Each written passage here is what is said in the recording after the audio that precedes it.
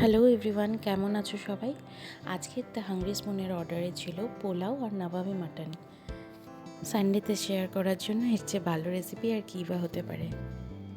প্রথমেই কিছুটা পেঁয়াজ ভালো করে ভেজে নিতে হবে, তারপরে কাজু বাদাম আর কিশমিশ দিয়ে আরও কিছুক্ষণ ভেজে নিয়ে নামিয়ে ঠান্ডা করতে রাখবো।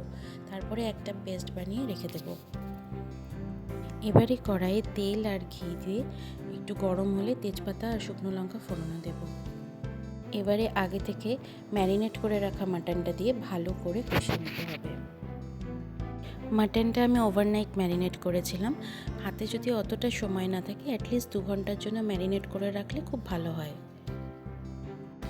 20 থেকে 25 মিনিট খুব ভালোভাবে কষিয়ে নিয়ে আগে থেকে বেটে রাখা পেঁয়াজ কাজু বাদামের পেস্টটা এর মধ্যে দিয়ে ভালো করে মিশিয়ে দিতে হবে। ভেজে রাখা পেঁয়াজ কাজু বাদাম কিশমিশের সাথে আমি কিছুটা ধনেপাতা আর কয়েকটা মিন্ট লিভস একসাথে বেটে নিয়েছিলাম।